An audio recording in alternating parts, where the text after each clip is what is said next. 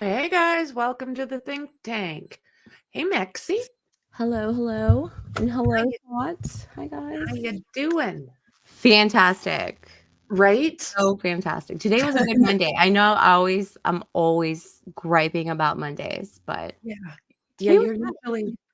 you're Yeah. usually not user Just friendly different. on Mondays. No, no, no, I'm not. It's But like I'm still stuck on like rebooting. Rebooting. no. Oh no, you had a good Monday. You I did. yeah, I did. yeah, that's awesome. So this paperwork coming out is a good Monday Yes. thing too. Like, oh my God, you and I, how long did we look for that? I gave it all of what, 20, 20 20 minutes? something like that. I know I was, Oh, like, in a panic. Uh, yeah, and then I kept going, and then Dandy rescued us. Sandy, Dandy came through. coming in clutch. I did, like, a call to arms, and I was like, "Attention, Attention. I need help." I bet you I put in almost an hour, like, after the other stream, and yeah, once I found out it was and then there's, like, all these other, "Oh, yeah, you're a hero. Yes, yes, you are." Yes, you are. Yeah. Not all heroes wear capes, but you should. Yeah, like, literally, Mexi was, like, swearing all sorts of cool funky words and using and I had a little bit more. I wasn't getting quite as frustrated until about 10, 15, 20 minutes later, and then when I stopped because I was pulling out my hair, Dandy came through. It's like, "Oh, like, this paperwork, it's gonna be interesting." I haven't gone through it. I wanted to do it with everybody on the live. Sometimes, Going sideways. let's see here. Uh, it's kinda nice to go through this with, uh, true reactions. Yeah. Can I be the judge? Can I voice the judge? Not to be funny, but, like, and you do the lawyers? This will be Oh, easy. we could do that. Yeah, vamos. Okay, so I'm all the men and you're the judge? Go figure. I'm just gonna be Judge Seagull. My role is gonna be easy. I've already seen a little bit of it. Have This is you? gonna be fun, yeah. Oh, so you left the long one Not that from it's wa supposed to be fun like that, guys, but, uh, No, there's lots of places you see do 2 voices. this just will be easier. Yeah, and it might be entertaining between the 2 of us, who knows? Are you gonna talk like this? Because I think that's No, probably how don't do that. Just I could. Hello? don't do that, no. No? Okay. You're gonna shove some cotton balls in your cheeks, just like, "Hey." Table of contents. Oh my god. Indiana County of Carroll, State of Indiana. Plaintiff versus Richard Stop. Allen, defendant. Stop it. Record of in-camera proceedings held on October 19th, 2023. All right. So let's see here. Nicholas McClelland, Bradley A. Rossi, Andrew Baldwin, Siegel, and Jody Williams. Is she the court reporter? It just says reporter. Jody Williams, now we know. She's been, like, thrown under the bus already, so Oh, she's always, yeah. Oh, it wasn't me. It's the court reporter. It's not me. It's the court not reporter. my fault. The court reporter took those out. Oh, did she? She has Yeah. the ability to do that? Okay. So I'm Nicholas McClelland, and you're the court. I'm the court. Hold on here. Do I have my doors open? Hi, JJ. Hello, hello. Okay, so Attorney Nicholas McClelland. Judge, I wanted you to do some introductions. I finally got approval from our counsel to hire a paid attorney to help me. So, your turn. Okay. Yeah, you got this. This is why you little son of a gun, you. Okay, well, good. Okay, go ahead. Okay. You picked the easy one. Yeah, I did. See, I I just had to take a look.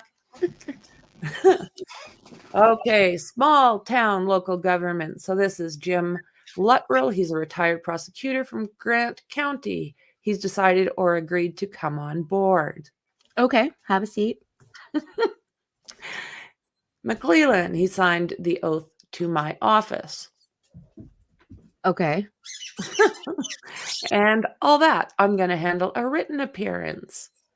Attorney James Luttrell. Nice to meet you, Judge. Nice to meet you, Jim. Oh, she called him by his first name, huh? She did.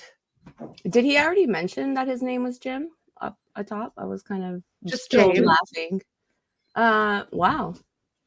Mhm. Is it like a known thing that Jim is known for James, like short for James? I think so, yeah. I mean, I would never call, if you told me your name was James, I wouldn't call you Jim. Two of my many dads Yeah. were James Yeah. and call him they Jim. Yeah. Hmm. Yeah. I just wouldn't naturally do that. Yeah. Maybe is this the one she knows? Nice to meet you, Jim. It's on the, she knows the other guys on the defense side. One of the Mhm. guys from the defense side. Yeah, she got awfully informal. Yeah. Nice to meet you, Jim. Okay, next week. Okay. Or maybe tomorrow if I have time, Judge. I'll get it done. Okay. But he will be entered in, and we're trying to get him up to speed. Okay, well, good. Well, I'm the one that kind of asked to huddle up. So if you want me to lead, or if you want me to say some things, this has come from Brad Rossi, I'm okay with whatever approach you want to take here. I can't read, though it's nice. Okay. The court says, go ahead, Mr. Rossi. Well, I think the court, I've got Jody's got our portable FTR going. So just that we've, Mr. Rossi. Oh, okay, that's fine. The court got a record. Yeah. I'm just gonna pull it up myself because I can't see everything that you're reading. When Okay. Roll. Got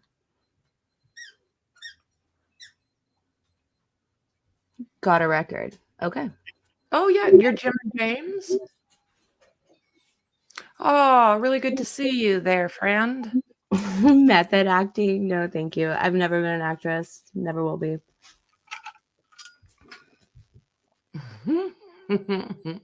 Yeah, good to see you guys. Okay, let's go here. Where am I? I'm lost.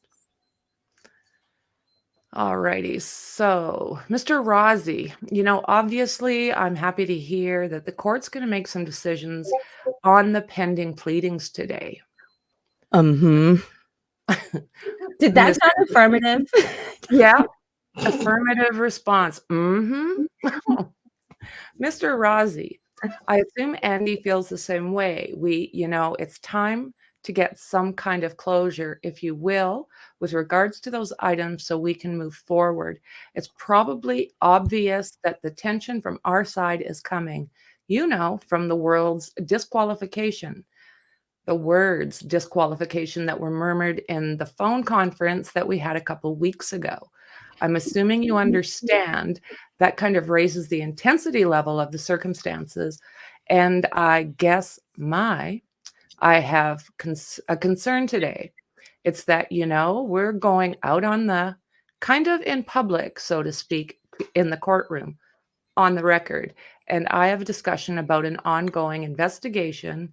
And that's what I gathered from the email. I think you invited Nick to talk about that if he wanted to. And, it makes me a little uncomfortable because I don't know. First of all, there are no pleadings that are pending, whether there's motions to disqualify or contempt citations or whatever they might be, that really frame any of the issues. And I have no problem. I mean, I don't have any problem talking about this stuff privately on the record in, in an ex parte type confidential hearing.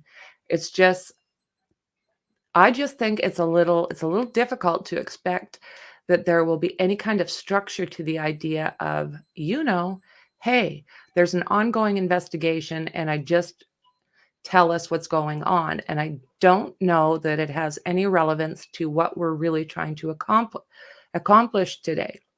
And also, I don't know why Nick would want to talk about an ongoing investigation in public, knowing that in itself could be a little damaging to their circumstances. And so we're lawyers. We're used to having issues framed. We're used to having an opportunity to prepare, and I don't have anything to hide. And I don't know, and I know he doesn't have anything to hide. You've maybe gathered that we've cooperated. We ran into the state police posts, our respective posts, if you will, and I had somebody advise me of my rights, and I waived those, and I gave a formal statement. He did the same, and I'm not sure that we're going to benefit or that this will be productive to just open floor this. And that's my biggest concern today. Real quick though, okay, but I think when he says I think he's definitely talking about Andrew Baldwin. Just so everyone is clear. I know he doesn't mention his name, but that's who he's talking about when he says he. My God, my job is so easy today. Continuing. The court, which is I. Attorney Andrew Baldwin. I'm more like the due process side. I'm not really sure what will happen, but I just don't know. I don't know what's going to happen, and I would like the opportunity to know what's going to happen and prepare for their claiming or whatever before it happens. And I don't want to say ambushed, but it's hard to know for me what to do when I don't know what's happening. There's not a pleading we can respond to, things like that. So, you had indicated that, when Nick said, I don't know if he said the word disqualification, but. Oh, he did. Was it that word? Mm-hmm. Okay. I didn't know if he just said it in a more generic way. Mm-mm. And your response was, I'm leaning in that direction or something along those lines. Mm-hmm. And so that's, a cause of, we're still wanting to try this case in January, and I'm willing to. We've made changes at my office that will prevent this from ever happening again, and we can take directions from the court. We can, we're looking down every single thing on Delphi. It's in a dedicated room. We put locks on our conference room or on the war room where this guy went. My friend went in and did this without my knowledge, and no document, whether it's benign or something super, like a crime scene photo, is ever going to be left for a single solitary second ever again. So, I'm hoping that can be something that the court, can say, all right, that's fine, and let's get on with the trial. But I'll shut up now. Anything, Nick? Judge, I guess my plan today was to give the court a summary of the investigation. I've got witnesses here and exhibits to present that to go towards the investigation. I'm more than happy to hand those over to defense. I know it may harm the investigation, but it would be important that the court hear these things. I guess the heart of it, inaudible investigation, I think it's important. I think the importance of you hearing it is outweighed by that. And so I have those things. I'm concerned that the leak is not just a one-time leak. What is he talking about, and why is this guy talking? Like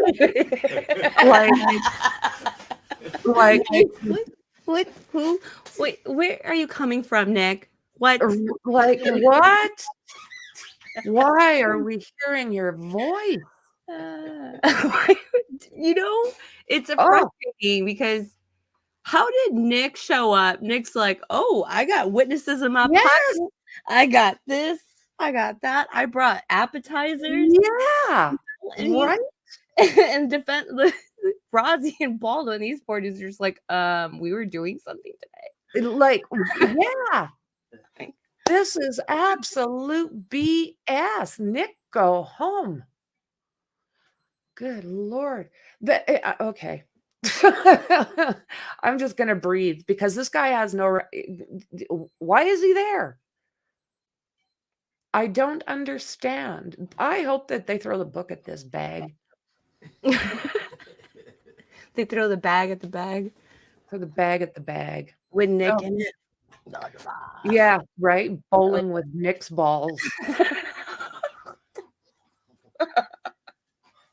Oh my word. I find it really, and she's done this several times. She's like, Nick, honey, what do you think? Right? And he's like, well, they should be disqualified. Maybe they're sleeping together. Rounds? Hello? Hypothetically, I think they're sleeping together. Oh. Yeah. Hypothetically. Oh, I'm sorry, but just this whole Nick having a voice when it comes to this, it sends me wild. Yeah, I don't understand why he gets to speak out so much like that. No, it's not his right.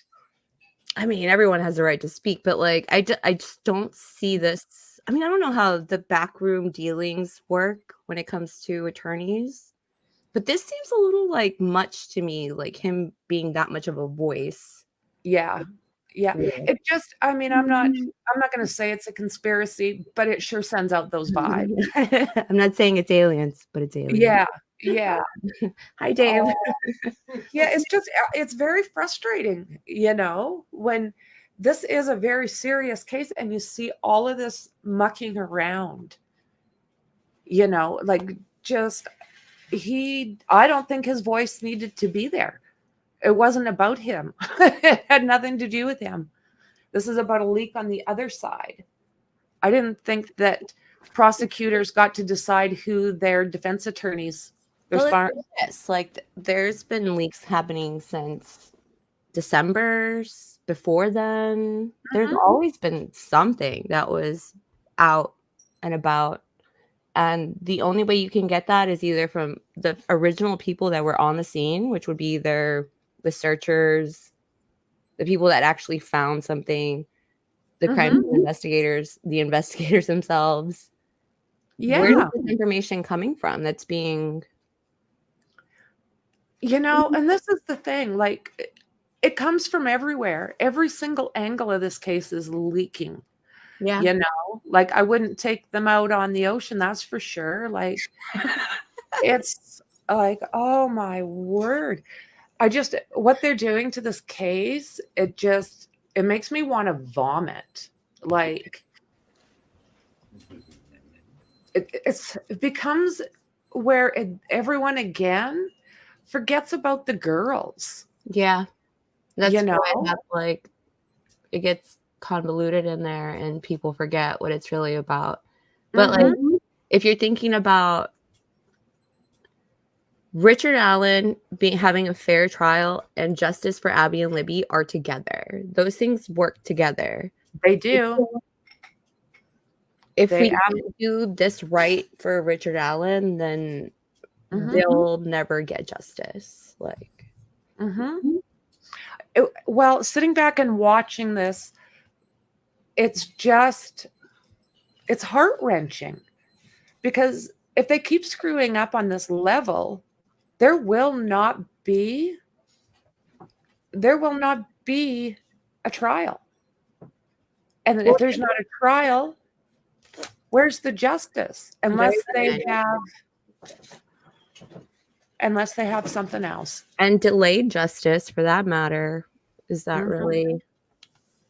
No, it makes me nauseous the way that they're messing with this case. It's like they think it's some kind of joke, Yeah. like some kind of pissing contest, I guess, is more like it. I mean, I want to know why those people who signed sworn affidavits that said, "Oh yeah, I walked into that office and I took pictures of the investigate, like crime Yeah. scene photos, and then I released them." Mhm. Why aren't those people being prosecuted? Or Exactly. shouldn't there be something towards that? Is that a thing? Shouldn't there be something towards that? Yeah, I would think so.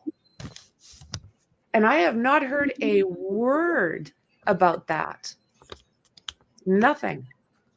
And what about like Jerry Holman, who goes on like talk shows and Mhm.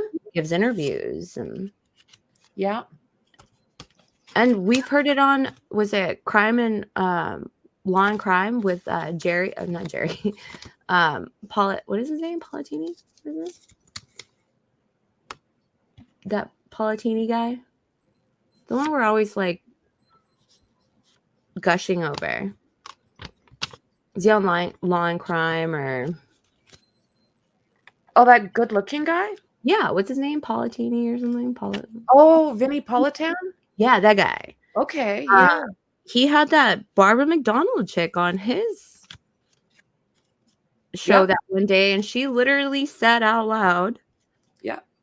"Investigators, let me like gave me these." Like, what? Yeah. Yeah. Good to see everybody. When I'm back there reading, I don't have my other screen set up, so I don't see it. Good to see you all. And yeah, absolutely. That's what it looks like to me, Mama, and it gives me angry feelings. It makes me mad just to see the amount of BS that these professionals are doing. You know, they talk about media and social media and all of this. Well, no, it's the system. You know, all these cases, it comes from straight from them. They make their own leaks, you know, and then when the court gets busted, for the most part, not a lot happens. And I'm talking about that guy that originally took those pictures. Nothing, not a thing. One person seemingly lost his life over all of it, possibly took his own life over these documents and Or pictures or whatever. all the pictures that were leaked. Okay, so I'll get back to this and stop biatching. No, but that's what we should be doing, is biatching, because it's a complete injustice to those girls and to their families. It is. Regardless of if Richard did it or not. It's Mhm. a complete just travesty, like what is happening. It is. It is. And just to see, you know, a little area that seems to be controlled just by a handful of people, you know, it's looking like the Wild Wild West, really. So definitely interesting. pardon me? It's definitely interesting just to, if you know a little bit about Delphi in that area and like the way, I mean, the Flora fires, I can't think of the girls' names because I don't know that case very well, but the Flora case is a good example where nothing's happened. It seems like this little area has like a reputation of nothing happening. Mm-hmm. Mm-hmm. And when I say that, I mean like there's no movement on these cases. Like the Floras, there's nothing. Has anyone heard a peep on those? Nope. Yeah. Yeah, not a thing. And they're sitting with these poor girls. It's $5,000 reward to get justice for them. $5,000 is all a person would get. I think you and I need to go to that area and hunt down that person that we were talking about. It's not too far. Right? It's like, holy. Lawyers are spiders and we are flies. Best not to get caught in that web. Well said. Yeah, justice for the Flora-4. Absolutely, friend. And yeah, no, nothing has been transparent. Even this, look at everything that has had to happen just to get this paperwork out. When it should have been out. Yeah, the defense should have had it, whether or not they let it out for the public. Everybody, yeah. But yeah, the defense should have had it. Okay, let's see here. Okay, I guess the heart of it. Inaudible investigation. I think it's important. I think the importance of you hearing it is outweighed by that. And so I have those things. I'm concerned that a leak is not just a one-time leak. And everything I say is my own opinion. Because I might say some stuff. I'm concerned that the leak is not just a one-time leak. Well, no, it's not. But you look all over in that boat. The evidence that we have shows it's an ongoing done, and it's just what's next. I have an issue. What's next? I mean, I've spent the last 17 days investigating this night and day when I should have been focused on preparing for trial. And when I say night and day, I mean phone calls at 2 a.m., 3:30 a.m., night and day. And so that's where I'm at, Judge. Again, I'm an officer of the court. I'm reporting to the court what I know, and that's kind of where I see my role. And she just gives a simple okay to that after she asked him to give it. Oh my God. Yeah. Yeah. Who's calling him at 2 a.m. and 3:30? Yeah. Yeah, that's a very good question. When he says, when I say night and day, I mean calls at 2 a.m. and 3:30 a.m. Well, that would just be night, sir. Yeah. Not day, but okay. Yeah. And pretty specific, so it can't be all day and all night. Yeah. Yeah. Just at this hour, 2:30, 2 a.m. 3:30 a.m. Yeah. What? I'm surprised that the defense has not, I don't blame them for, when that one came down there and said about the journalists start being journalists. Yeah. Baldwin. Yeah. I think this is the thing. Everything is crooked. Well, what happened to the good old investigative journalist, is my question. Because we used to have those. Remember the guys that were on Life, the magazine Life, who were going out to all these countries and getting in the battlefield and oh yeah, writing stories. What happened to those guys? Yeah, they're all in the Middle East right now. Okay, so Mr. Rossi, this is starting to scream due process to me. Yes, sir, it is. I haven't seen any of these exhibits, and I don't know really. Frankly, I don't know anything about any of this. And I'm not distancing myself from Mr. Baldwin. I'm just saying I have no connection with any of these people, okay?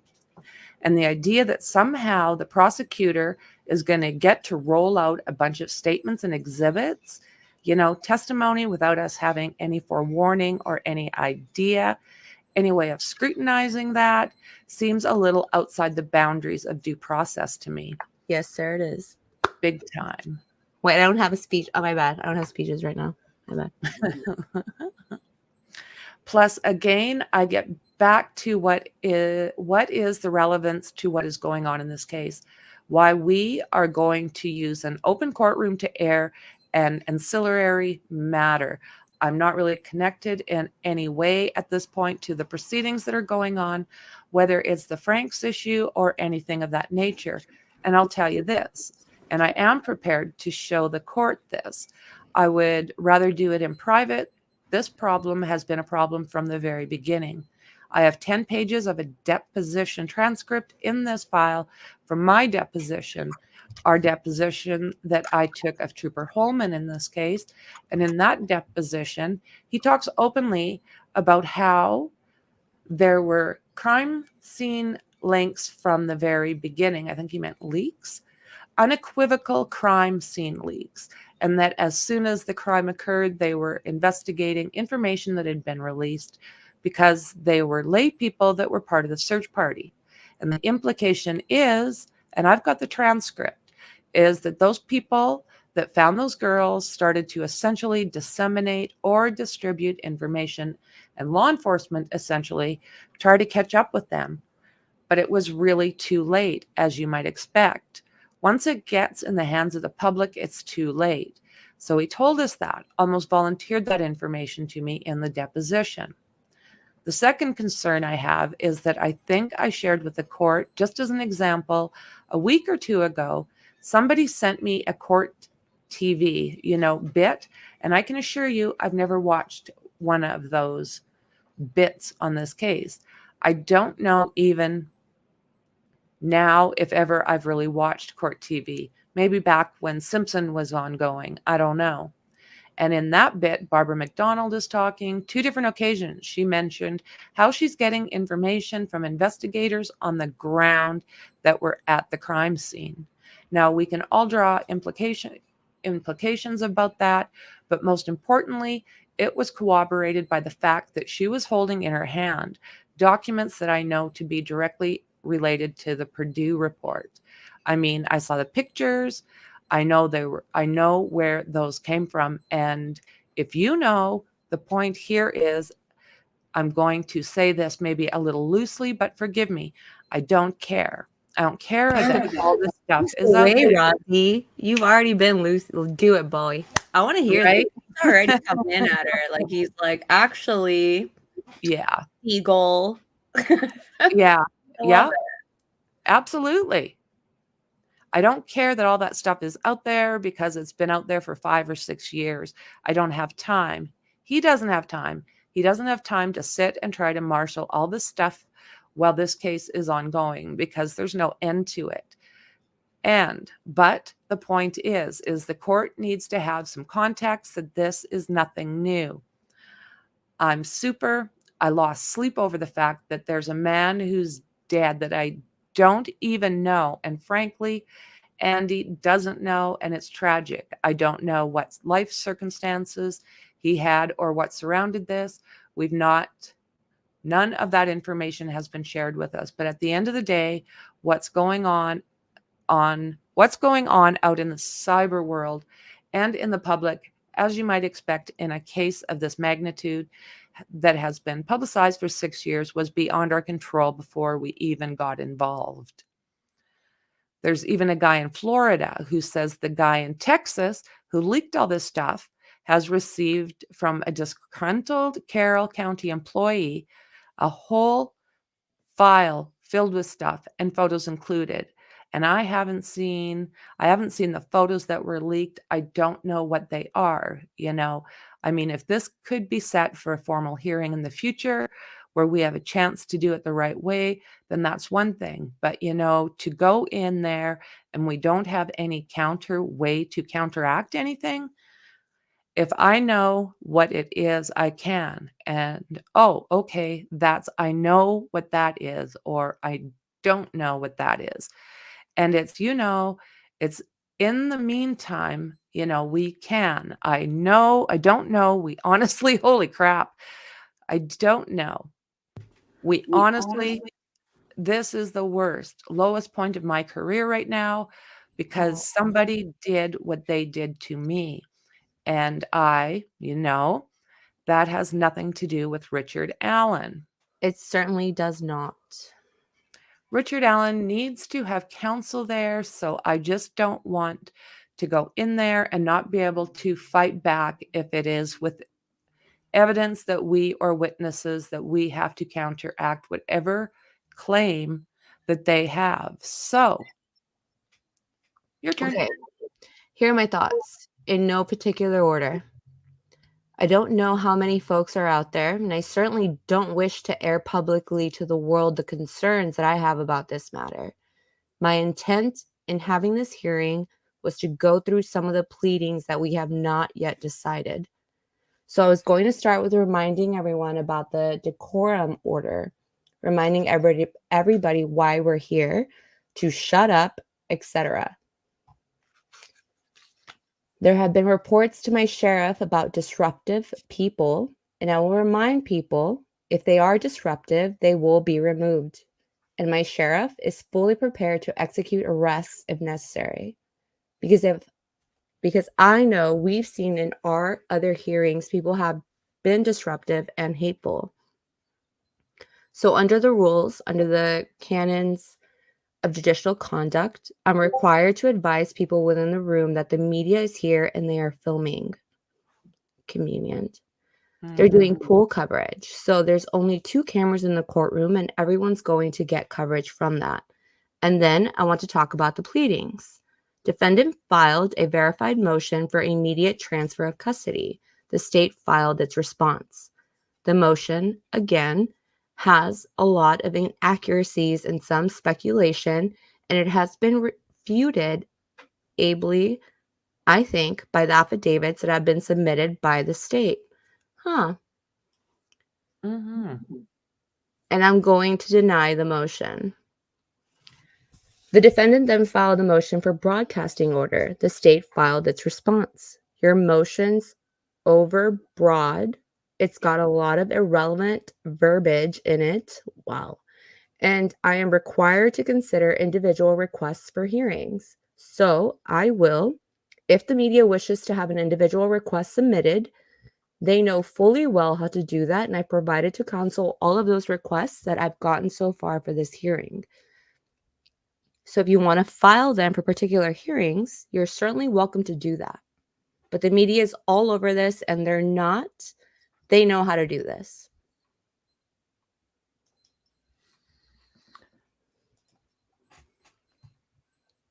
I kind of want to pause there for a second because that was like really full of irrelevant verbiage. She just sounds like she don't like them. That's the way she sounds, doesn't she? I mean, I know the memorandum that they put in had a lot in it, and it was a lot unnecessary things, but I'm going to give you an F because it had irrelevant verbiage in it. Right? A lot of irrelevant verbiage in it.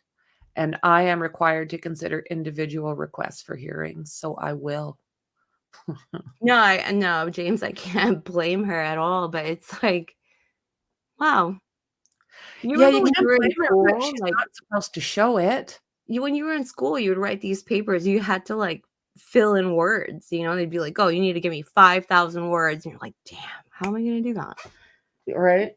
You'd make sentences like extravagant, Yeah, you stretch everything.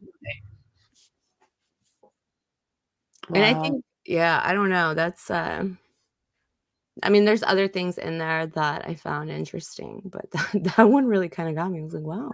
Well, she just does sound like she doesn't like them, and I don't think she's supposed to show that, because then that's bias. She's sounding bias. That where she says the motion again, it's line 16 at the end going into 17. The motion again has a lot of inaccuracies and there's some speculation.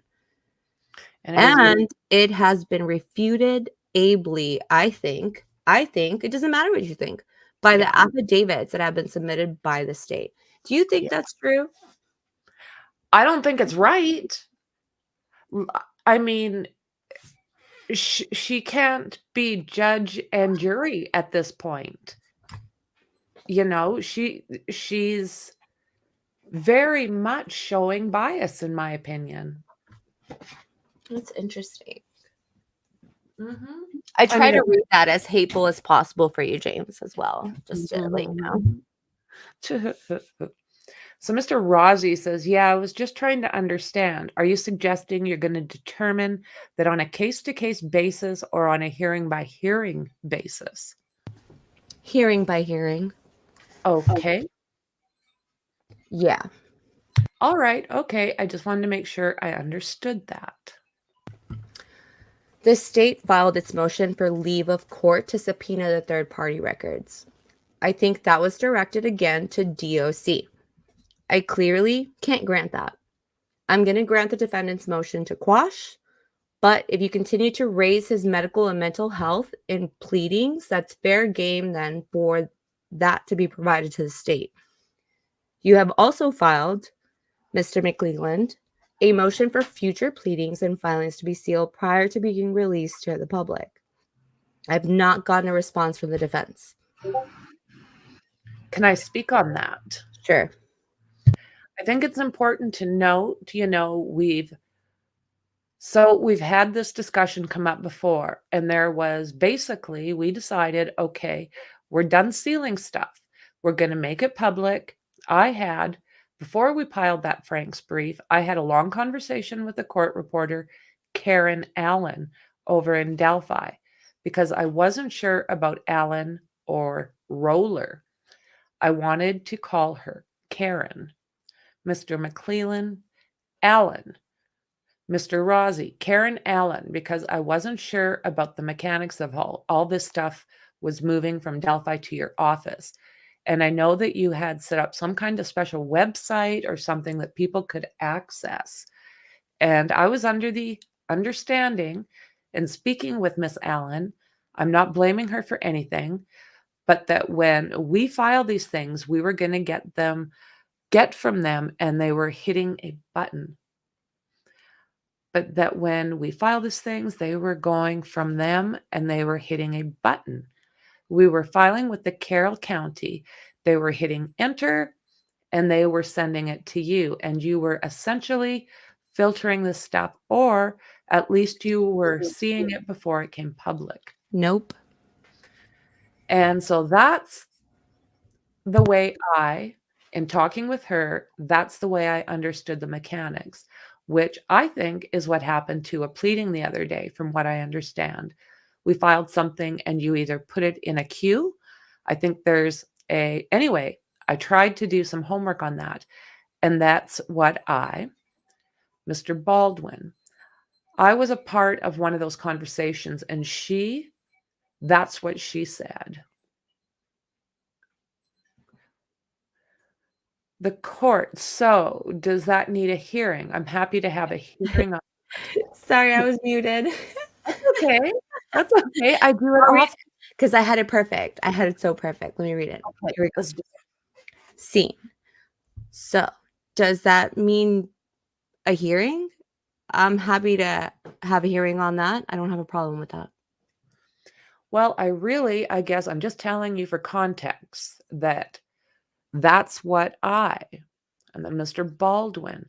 I mean, could there be a happy medium of we file it confidentially and then so the judge gets a chance to review it first? Because that's what we thought was going on anyway, but that's not what's going on. No, it's being filed confidentially if you mark it as such. I know. Yeah, I know that now.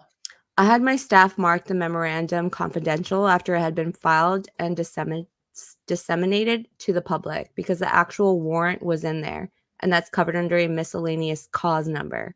I'm happy to have a hearing. Well, what's in your ruling? I guess to make sure I understand. I don't want to fight about something that we don't need to argue about. I haven't ruled on that. Okay. You haven't filed a response, and that... Yeah. My question is, do we need a hearing on that, or do you wish to file a response? The Frank's motion clearly needs a ruling, and I'm working on that. The motion and exhibits are about 1,500 pages, and there are hours and hours and hours of interviews that have been made available that my IT staff has not cleaned to make sure they're okay. We already talked about that. And then, that brings us to my concerns that I raised with all of you on our phone call. and I write everything out, and this is what I intend to say in open court.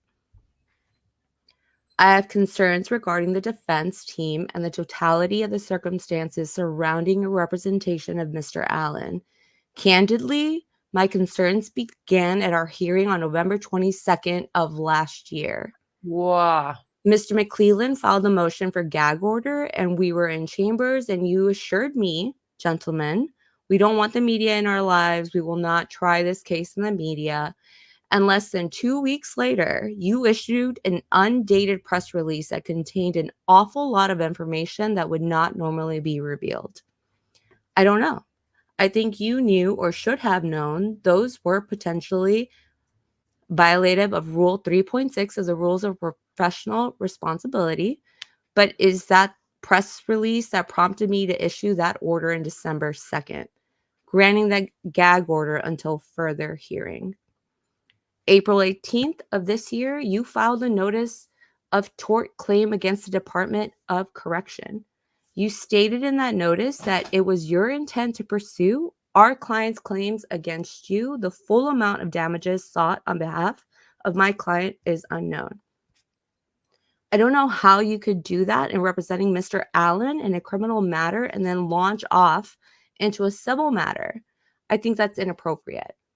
May of this year, we were notified by the state of Brandon Woodhouse arrest and the subsequent discovery of your work product. And I think it was an outline that you created for yourselves with discovery. It was pretty detailed. I don't know if that's the right word. That apparently happened in December of last year, and that was not revealed to anybody. Not shared with the court. It wasn't shared with you, although apparently you guys knew what was going on.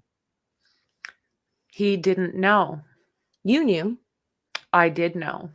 So then Mr. Woodhouse gets arrested, and here we are, grossly negligent to email that to be the wrong Brad. Your pleadings on the safekeeping order contain inaccuracies and falsehoods. That was proven in the hearing we conducted in June. The evidence presented by the state clearly demonstrated the falsity of your claims, and that was very troubling to me. And then the last couple of weeks that we have been dealing with, the state provided you discovery that has been severely compromised. We now have an ongoing investigation. I'm not going to call it a criminal investigation. I don't know what it is, but it's clearly being investigated by the state of Indiana.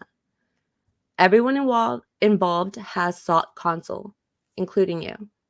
Mr. Baldwin, you've had an attorney enter a written appearance this morning. I don't want to get into the investigation, candidly.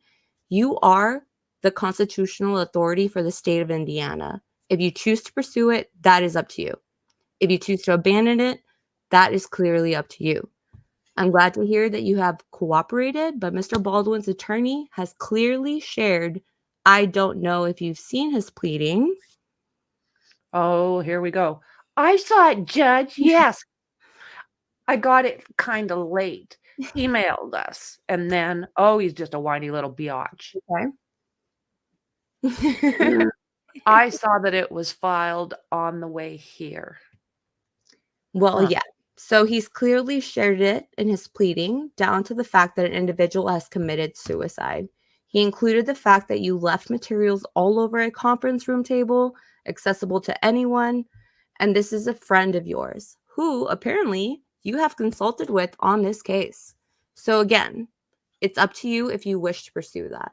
I'm looking at the totality of the circumstances. You know, when I look at a suppression, the case law requires me to look at the totality of the circumstances. And that's what I'm doing.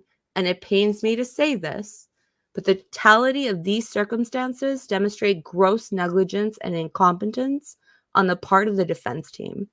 I am unsatisfied with your representation of Mr. Allen. I am gravely concerned about his rights to have competent, non-negligent representation.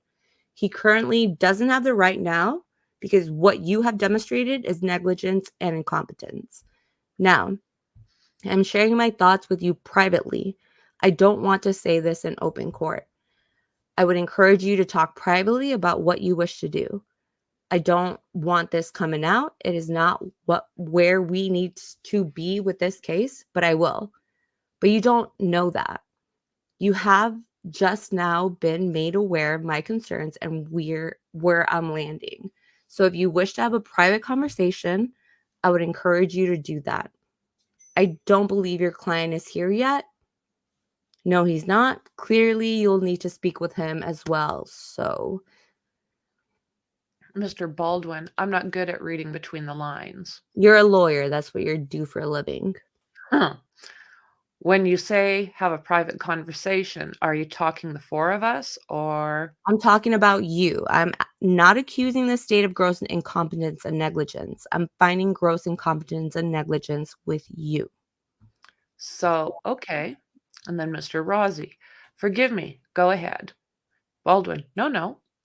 Rossi, I mean, obviously, you're reading the tea leaves here. What you're giving us a chance to do now is bow out gracefully. If you will, if that's the right term, is there a scenario where the court would accept if I stayed in the case? I mean, I'm a team player and I'm not the kind of guy that just bails out on someone just for the sake of doing it. But I think it's obvious that, he can speak differently, but I'm not as connected to some of, this most recent circumstances as he is. Mr. Allen is in a situation where he's going to have counsel that, if he has new counsel, is going to take them a year to get up to speed with the depth of information that continues to come in. And so I think that his Sixth Amendment rights matter. And, I'm probably the one that can at least move this thing forward with some sense of judicial economy. I don't like it, and that's not what I intended to do when I came in here today, but that would be kind of the worst case scenario on our side, I guess. And so is that an option that the court would entertain? No. So basically what you're saying is you guys either quit on your own accord or you make me fire you. That's what? No, I'm saying to you that this is what I plan to say in court on the record when we convene at 2:00. Well, is the culmination of what you're removing us from the case? I will, based on what I've just shared with you. Yes. Okay, well, I just want to make sure And I'm just giving you the opportunity to have a conversation, how do you want that to go? I don't want to do this. I don't want to do this, but I will if I have to. should we bow out gracefully? Brad says. How would we even have a hearing? How would that go? Because if we're out of the case, then Mr. Rossi, then you're going to go ahead and rule on a bunch of stuff without lawyers in the room. No, I would not do that. If you decide that your best course of action is to file a motion to withdraw, you can do that today. And I'll send Mr. Allen back to the DOC after you've had a chance to speak with him. Would that happen before the hearing or after the hearing? Your motion to withdraw would happen before the hearing. Okay, that's what I wanted. Yeah. Yeah, because he has rights, and I don't want those rights compromised by having a hearing with him not having counsel. I assume if you choose to withdraw that his financial situation hasn't changed and he would still be entitled to court-appointed counsel. I can't imagine that he has the ability at this point to hire counsel. I don't know that. Brad and I need to go talk. Yes, you do. Thank you, gentlemen. Yep. Thank you, Judge. Thank you, Jody. Poor Jody. Yeah, poor Jody. You're welcome. Okay. All right. So obviously, we're kind of trying to figure out how to address this issue with very short notice, very little notice. The first thing we did is really to talk to the client.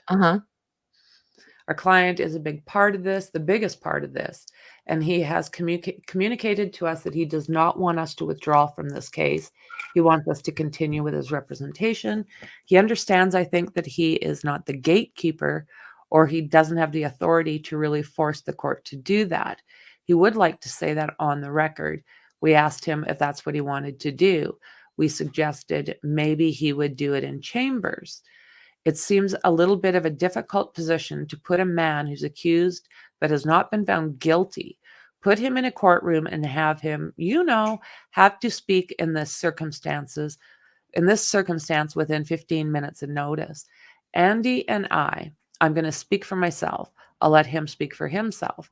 I'm going to file a motion to withdraw.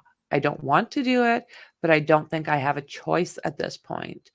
The options I've been given without any notice by the court really are either I withdrew or I'm going to be publicly shamed. And that's the way I see this.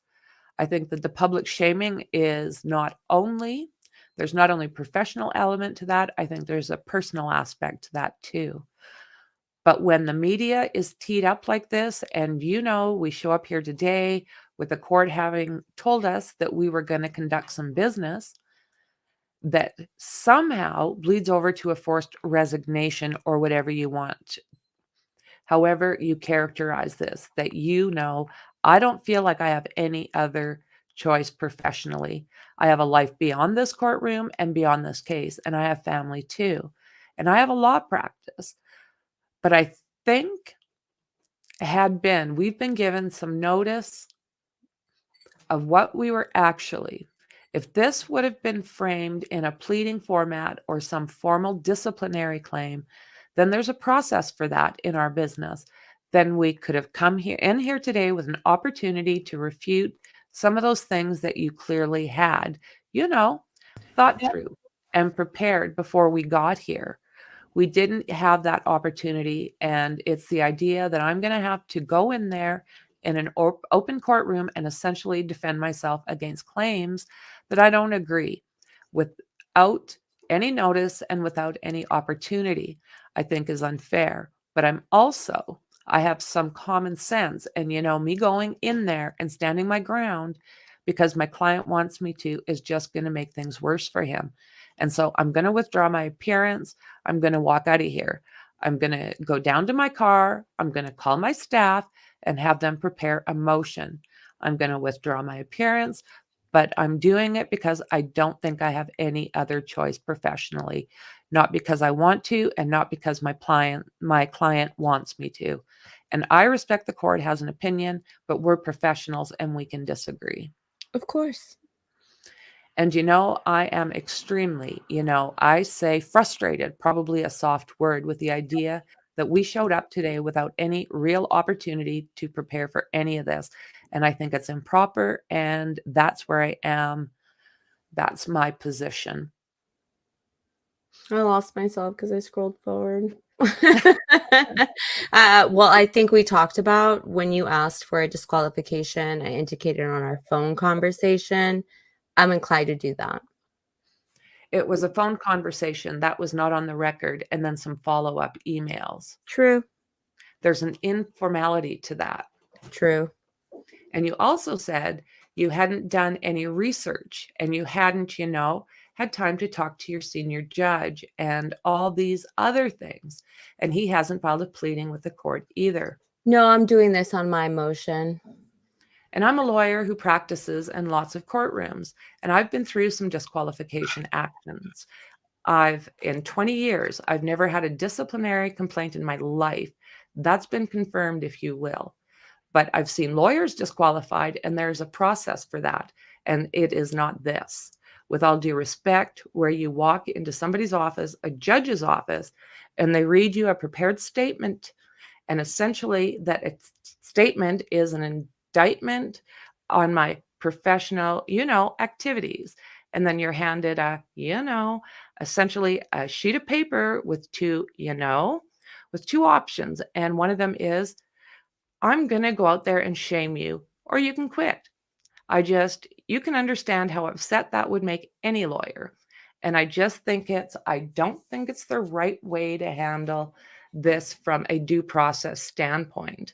So I have no choice but to, withdraw my appearance, because I'm not going to go in there and take a public shaming without having any notice of it. That's where I am with it. And then Mr. Baldwin, I'm the same, withdrawing. I mirror what he said. I mean, I do appreciate giving us the advance notice.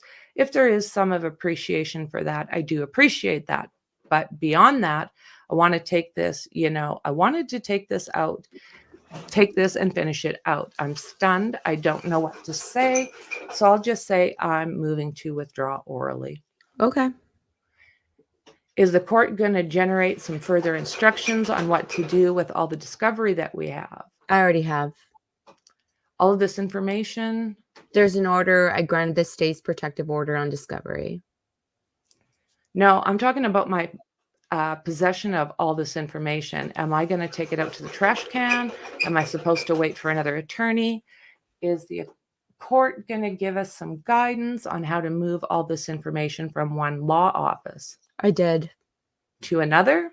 When I granted the state's protective order, I think it's the last paragraph of that protective order directs you to return it all to the state of Indiana, all of the copies, all of the whatever you gave them, they're required under that order to return to you. At the conclusion of this case? Or your representation. I know what order you're talking about. I read the order before I came today. Okay. So we're supposed to just take everything back and give it to the state and then just retain our work product until somebody asks for it?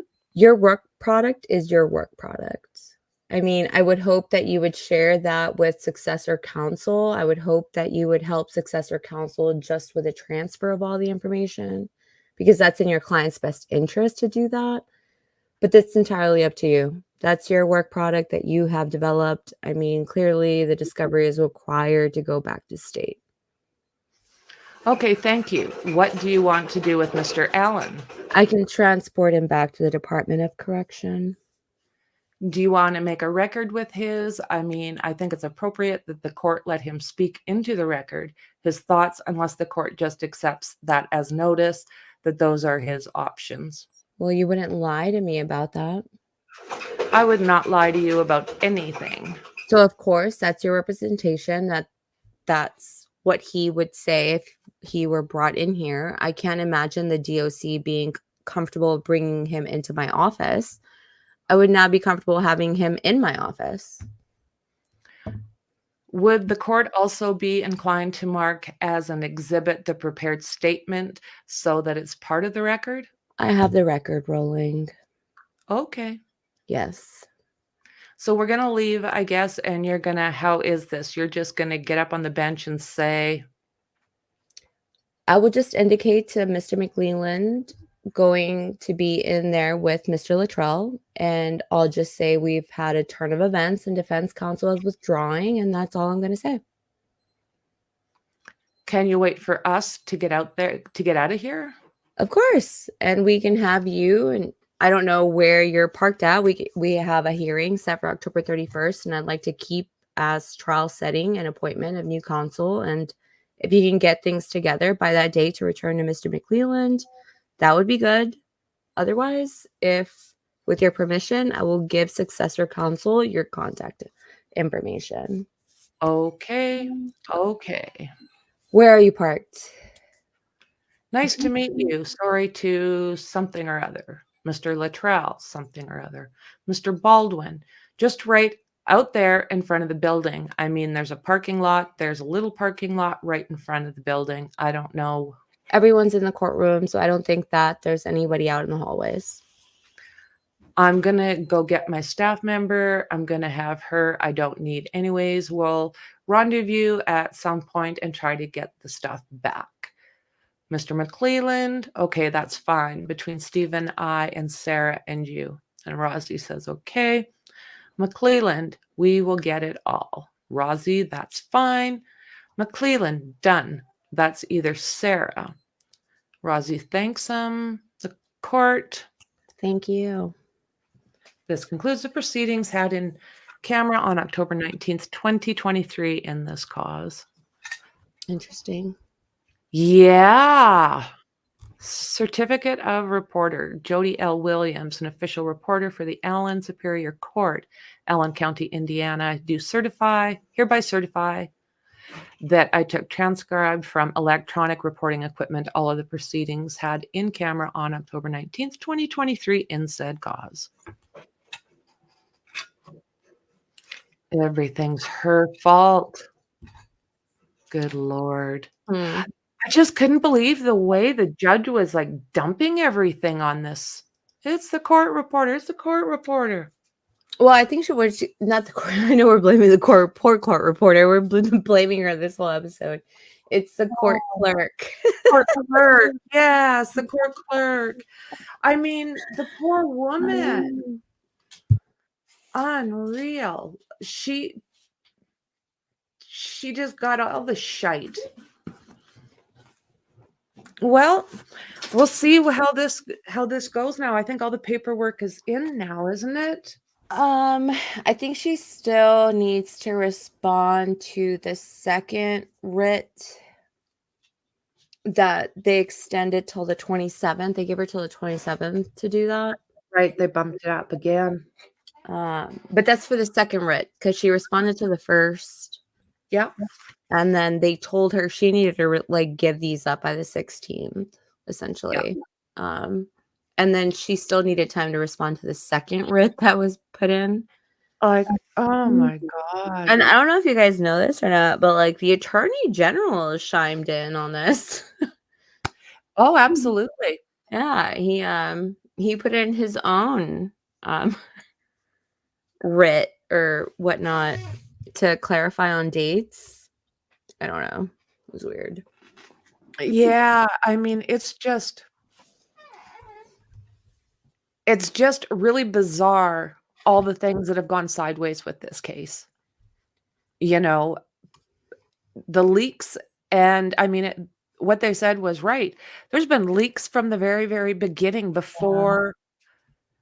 I think Rozzy put it out fairly well in his explanation about the public, and once it's out, and it's been happening since the start.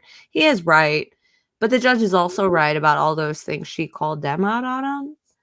Yeah, she's right about all those things happened. Yeah, it definitely happened. I mean, I think probably one of my bigger problems is there's been leaks with the prosecutors, defense, and from the courthouse. Yep. There's always been a leak. I've always thought it was like the investigators. It had to have been. It's either the state investigators or, like Rozzy pointed out, the people there who were searching, or absolutely. I mean, she was found by searchers. The girls were. They weren't found by law enforcement. Yeah, craps whip, throws out, defense, boobs swell, chest. Those are a lot of words there. And it's true, though. All of them are true. Words. Crack whip, throws up defense, boobs swell, chest bulge, and corruption happens. Well said. Well said. I don't even know if I can say that without stumbling. And if nothing, she absolutely snuck up behind them with this. Why that prosecutor? I usually like the prosecutors, but this guy has just been, he's not my favorite. He's not my favorite prosecutor.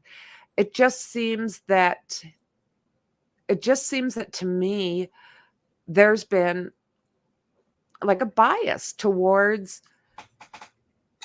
the prosecution. I mean, they well, some of her comments sounded biased.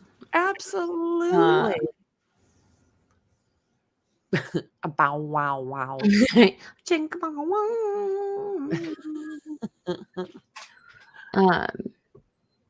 don't know. I think she brought up a lot of good points. You remember me telling you about when I called my brother and asked him about this? And he was like, there's a lot of things that go on behind the scenes that no one really knows about. Both of them technically withdrew. Technically, they said it. I mean, I'm not saying that they were I don't know what the laws are. I'm not a lawyer, I'm not an expert.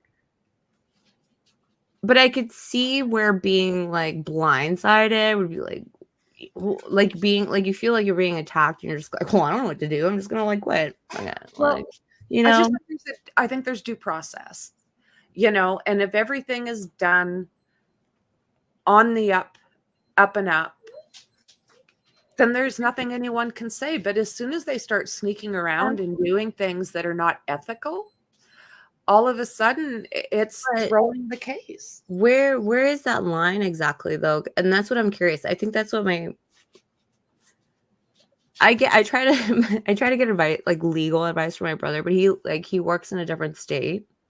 And I know like different states have their different laws, but this is what he was saying. He's like, I wouldn't read too much into that. It's fine. Like that's what happens. Like these things happen. If it's on the record, even though you don't know it's on the record, like it's there.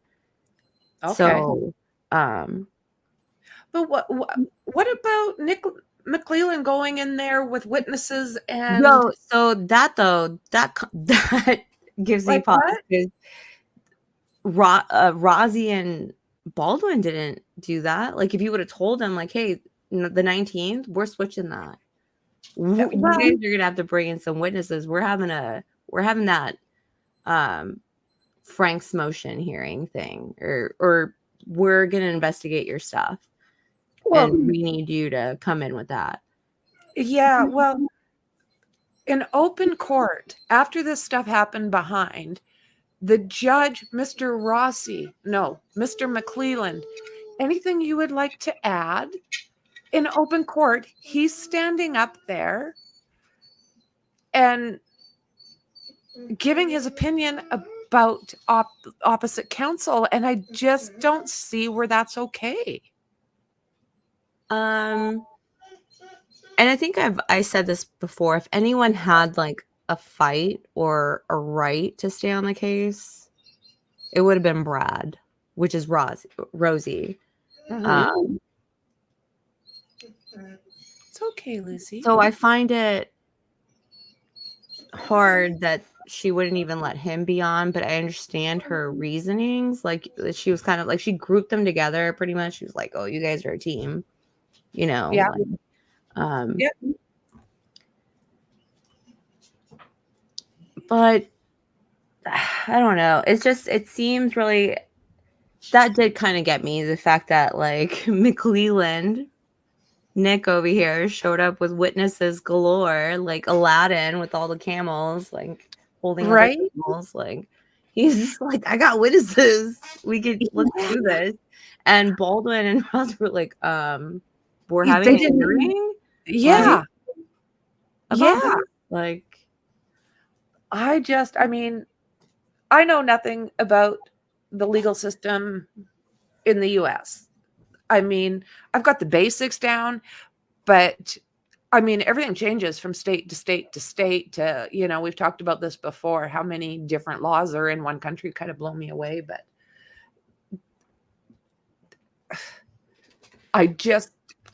maybe it's not illegal. Maybe it's just not ethical. Well, right.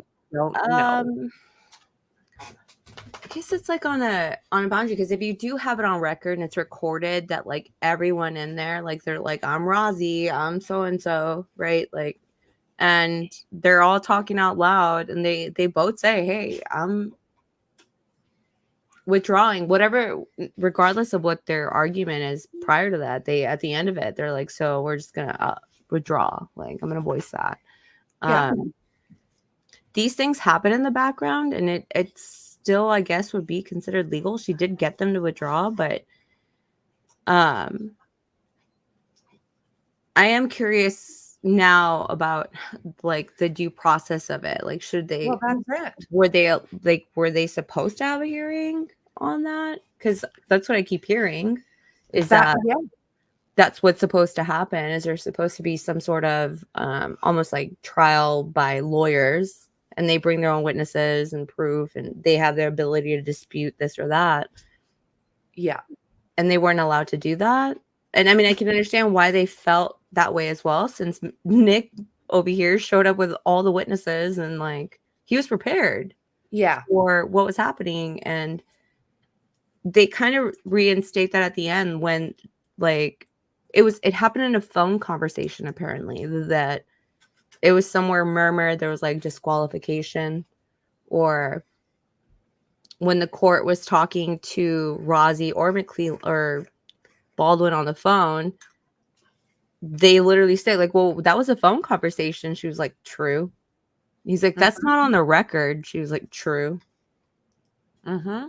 Like, so you advising them, like if that's when she wants to say that she advised them that something was going to happen, they should be prepared to come to court for that happened, then that didn't happen. Because it's not on the record. It just seems to me, like Perry was saying a second ago, like it seems a little odd that she can just go, yeah, bye. Yeah. You know, but I mean, it doesn't mean, I just really don't know. It seems really, really sketchy to me, the way this was done. But whether it's just right or not, I have no idea. Yeah. I have no idea. This is what I'm saying. Like my bro said that this stuff happens and we don't necessarily know about it or like have to know. Well, that's the thing. This is very public.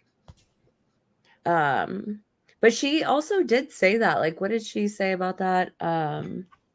No or not no. She kept saying like, I don't want to say this out loud. She kept reiterating that after a while. She's like, I don't want to say this out loud. Don't make me go out there and tell them everything I just told you, because it's but you know, why was this stink not raised when it's been other leaks? I mean, yeah, this was bad. This was really bad. And I'm not saying differently. I just don't understand how it can be done the way it was done. Yeah, that's a question for lawyers. Yeah, this is why I guess it's going to the Supreme Court to take a boo at. Yeah. Because, I mean, I don't know. It seems to me some people get pretty big heads. Like I was saying about that one judge that I knew it was a friend's dad. And I can tell you what, I mean, he was not the best character. He did a lot of things that are big no-nos. So I know it happens because I've seen it happen and I've talked to her and she's told me stories. So it's just, you don't know, unethical or illegal. On a gray area. Yeah, one of the many shades of gray. Gray area. I don't know, because they're just on record. You know, obviously it was recorded. So, but will it make a difference that she forced them basically into it? That's kind of a great question. I don't, because they didn't really have, one way or another, they were leaving.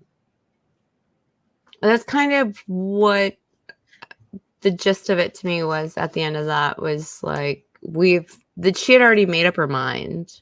Yeah. That's what I get from it. I don't know anything outside. Like she just sounded like she had already made up her mind about it. And why she would do, like, who was she talking to? Because it sounds like she was talking to Nick McClellan the whole time from 2 a.m. to 3:30 a.m. Like, hey, what are you doing? Yeah. I mean, I was being snide when I was saying pillow friends, but it's just like, are you kidding me? Like, guys, why do these really seem like like she's leaning one way? It just, that is the appearance. So, I mean, I'm not saying that these lawyers should stay, because at this point they probably shouldn't. Well, you know what else she mentioned there? She went on like this big rant about how they had filed motions prior and that the state had perfectly ably disputed those whatever facts like during hearings. But How do I know that? Because we are not allowed to see those. Well, that's it. And I thought they and then were allowed to make their case, whether it was funky or not. Like, I thought they were allowed to make their case. And it seems to her like she's just saying, well, it doesn't make any sense, so therefore you're out. Hmm. Do you know what I mean? Like, Yeah, it's just interesting, like the way because she did say like, oh, you followed the motion for this and that and that, and she was like, and I feel like the state argued their point perfectly. Like all that is dumb. You're not even arguing the right thing. yeah. You have too many words in your documents. I don't like it. And then she says that it happened during a hearing, like one of the many hearings that they've had. But I don't know that would like that's what happened because we were not allowed to see those, like Exactly. Yeah, exactly. Well, the next thing is see what the Supreme Court has to say, I guess. See what they think when they look over all of this information. Is that supposed to happen on the 27th or? Well, I have to double check again because the dates have been changing. I know she has till the 27th because she asked for an extension to file her other response. But Right. I thought they were supposed to have like a hearing or something, like where it was going to be in the court. I haven't seen anything yet. Not to say it won't show up, but I haven't seen anything yet. And for the date, again, I'm not sure because the dates have been bouncing around so much. She's got that one deadline. And I mean, why she's needed all these deadlines, not quite sure, but like had to keep extending them, not sure, but okay. I guess the person's just going to have to wait and see if we get any more documents. We'll have to wait for the Supreme Court or her response. That's it. Yeah, I agree. Respond for the 27th. Yeah, I think you're right. So yeah, just have to keep our eyes peeled. I'm still not sure what I think of that document we just went over. I'm unsure what I think about that because it's just, I mean, she made some really good points. But the defense has made some good points too. So fantastic points. I think I'm going to go back and read that because I remember when I read that statement, that was really interesting. That I know we have it. I'll have to go back and get it. And maybe Frankie will do a short video on it. Yep. Yes. That was when she said it, I was like, oh my God, they did release that. And it did have like some really good info on it. Yeah. There's so many documents, it's been going on for a long time. We're at what, 7 years now since those girls passed away? Yeah. So, yep. Well, thanks for going through those with me. Absolutely. It was a pleasure. Thank you for having me. Yeah. And thanks everybody for joining us. Yeah, I think that's where we're at. Wait and see what happens next. Yep. It's the time. And then we're also still working on the 24 days of Christmas. Oh, right. So reminder. Reminder. Anybody who has got dates in December for any kind of, older, something with a little bit of a twist. Something not solved yet. Yeah, unsolved. Missing. Anything. Yeah. All of those type of things. You can send me your request to either Discord or I'm on Twitter as well. I'm a few different places, but those are the ones you'd probably find me on the easiest. If you give me a second, I can drop your email. Do you know what? I got to change that. You have to change it? I do. I locked myself. Why? You locked yourself out? Yeah, I locked myself out. Yeah. Yeah, I know. Leave it to me. So, yeah. I got too many. It's like, oh my word. Yeah, I locked myself right out. Why? Well, you could have asked me. You had it? You probably did. I have it pinned in our messages. Oh, that's too funny. Oh my goodness. Yeah, John Lennon on your birthday. Yeah, exactly. Christmas crime calendar, like an advent calendar. Instead of chocolate, you get like. Yeah, horrific, terrible things that you don't even Yeah. remember. Happy Christmas. There's Discord. And I will add to the description all of my stuff. So Discord will be on there. So will Twitter and all the other links. Patreon. I know. Yeah. Advent calendar from hell.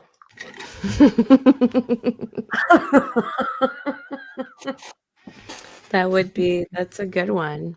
It's actually a good title. So thanks very much for joining us. Thanks, Chooch. It's been a good time. Good time.